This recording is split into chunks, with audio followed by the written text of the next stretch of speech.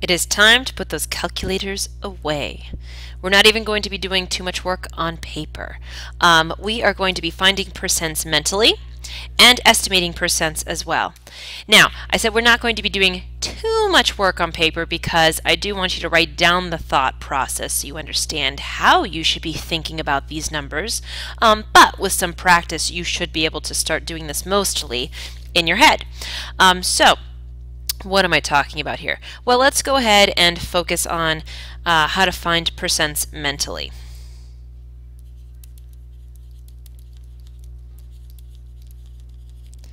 Mentally means in your head, and in this case we are looking for exact answers. That being the case, I am not going to ask you what 23.4% of 180 is and have you do that in your head.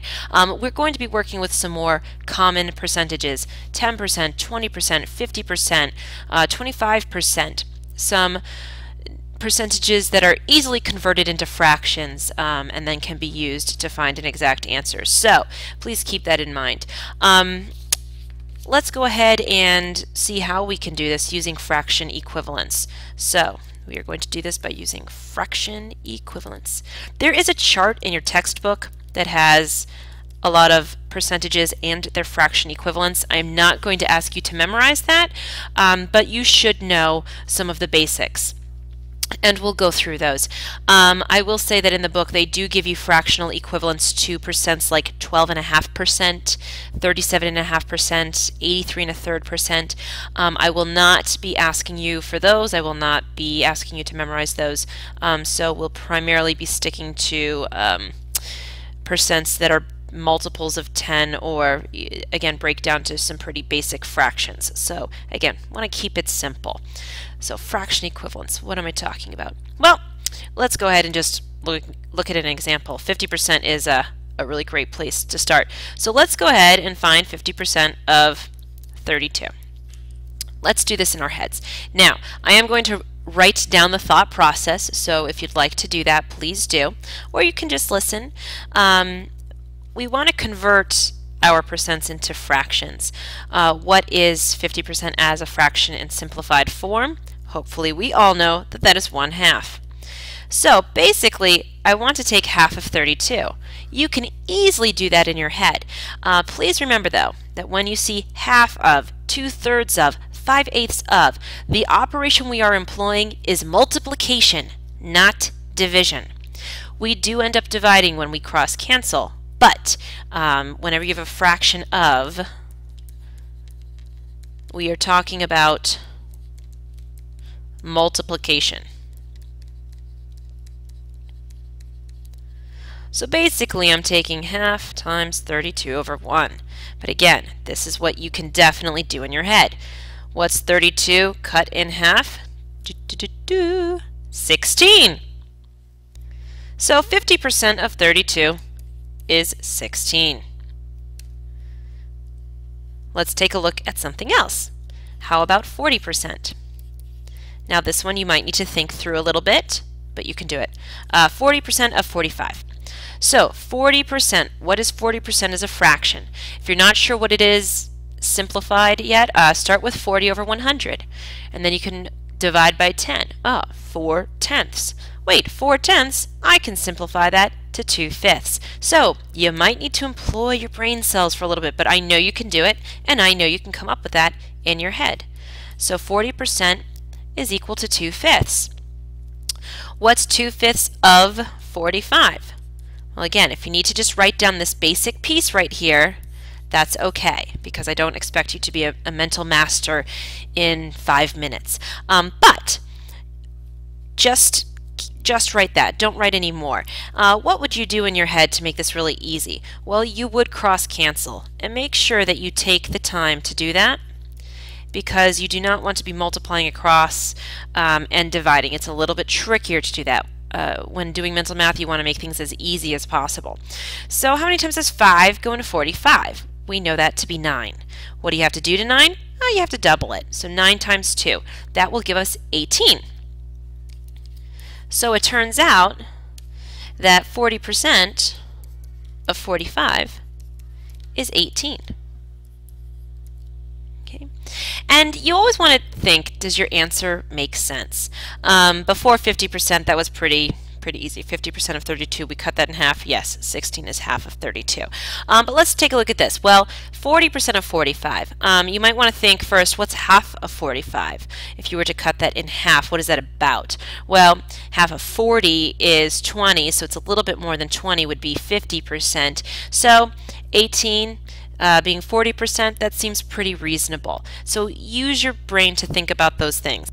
Now, besides the fraction method, we could also take a look at the 10% method. I'm sure a lot of you have used this before. Okay, 10% method.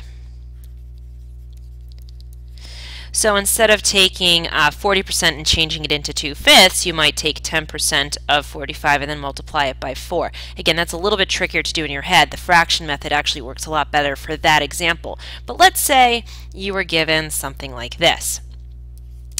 So find the percent of, let's see, find 10%, we'll stick with this one first, of 83. So we have to recognize that 10% of something is basically taking 1/10 of it. So again, if I was to use a fraction, I could use 1/10. But what does that mean to take 1/10 of something? Well, that means that we are basically dividing by 10.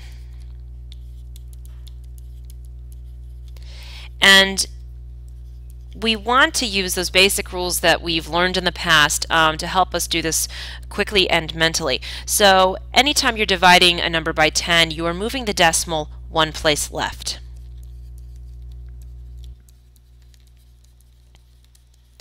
Whenever you divide by 100, you move the decimal 2 places left, and so on and so forth. So again, we're building off our prior knowledge.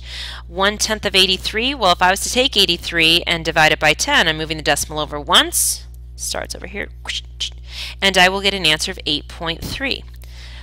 So all of this can be thought through, but again, it is good to have in your notes so you know how you're supposed to be thinking about this. So 10% of anything is pretty easy to find. And again, we're working with exact answers, so I want to keep 8.3. How could I use the 10% method for something like this? Let's say sales tax. Depending on the state, you might have a 5% sales tax. And let's say you spend $30 and you want to know how much sales tax you're going to be paying. So you want to figure out 5% of 30. Now, I just said we're using the 10% method. You're like, well, wait, now I have 5%. Well, how does this relate to 10%? Well, it's half of 10%. So let's go ahead and find 10% first. And then we can just divide that by 2. Okay, we can cut it in half. And that will work out pretty nicely. So what is 10% of 30? We can now do this in our heads. 10% means I'm going to divide by 10. So 30 divided by 10 is 3. What do I do with this 3? I'm going to cut it in half, divide by 2. So what's half of 3? This we can also do mentally. It's $1.50 or 1.5. And we have just figured out 5% of 30. So anytime you're shopping and you're in a state, 5% sales tax, you can just find 10% of your bill and then cut that in half and add it onto your total. So in this case, I'd be paying $31.50. Okay, let's take a look at another example where we can use the 10% method. Let's say we have 1% of a large number, 567. So how does this work? Well, here we're going to be talking about multiples of 10. So 1%, if you will recall, it's 1/100th. And in this case, I would be taking 567 and dividing by 100, so I need to move the decimal 2 places to the left. We can easily do this in our heads. What would that give us? Of course, a very small number in comparison to the total, but that would give us 5.67. Okay, that is 1% of 567. Let's go ahead and talk about estimation, because so far everything we've employed has given us exact answers. Estimating is different, and in this case, the number you may get might be different from the number I get, and it doesn't mean that you're wrong. Okay. In estimation, we change numbers so that they are easy to work with in our heads. That's the whole point. easy.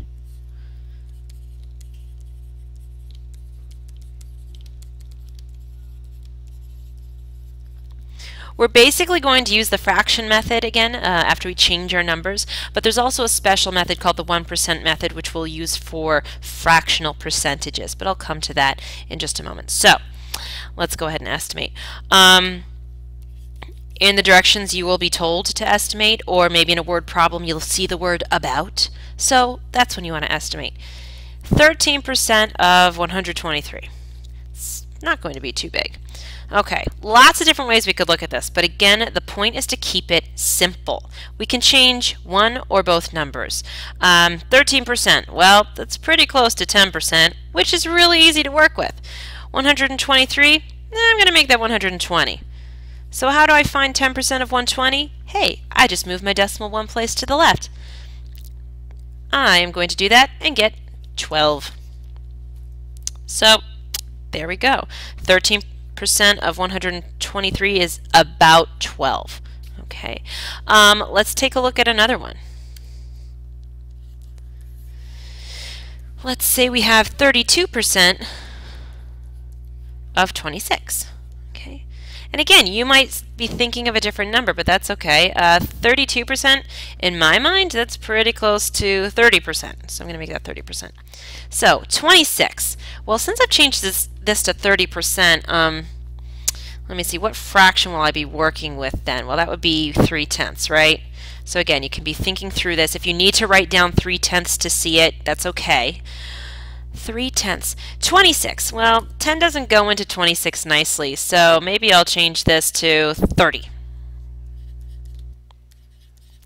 And let's say you just changed this to 27, and you're like, wait, 10 doesn't go into 27. Change it again. Okay, again, make it as easy as possible. 3/10 of 30, well, 30 divided by 10 is 3. 3 times 3 is 9. So that's a pretty good estimate. 32% of 26 is about equal to 9. And that does make sense. Let's see. How about we take a look at something else? The 1% method for estimating. And again, this is primarily employed when we have fractional percents. You don't just want to round all of your fractions up to 1% because sometimes the numbers could be pretty off. So let's say I have, I don't know, I want to find an estimate for 0.5% of 381. Again, we're still going to be changing our numbers, but we are not going to be changing the percentage. 1/2% is equal to half times 1%. I'm going to make this easy on myself and just change 381 to 400. Okay. First step is to go ahead and find 1% of 400. Well, 1%, we are dividing by 100. That will give us the number 4. Second step is to now use our fraction and take half of 4. Well, what's half of 4? 2. So it turns out that 0.5% of 381 is about 2. Let's take another look at a different example. So let's say I have 1/6% of 567. So watch again. I'm just going to change 1/6% into 1/6 times 1%. And 567, let's just make it 600.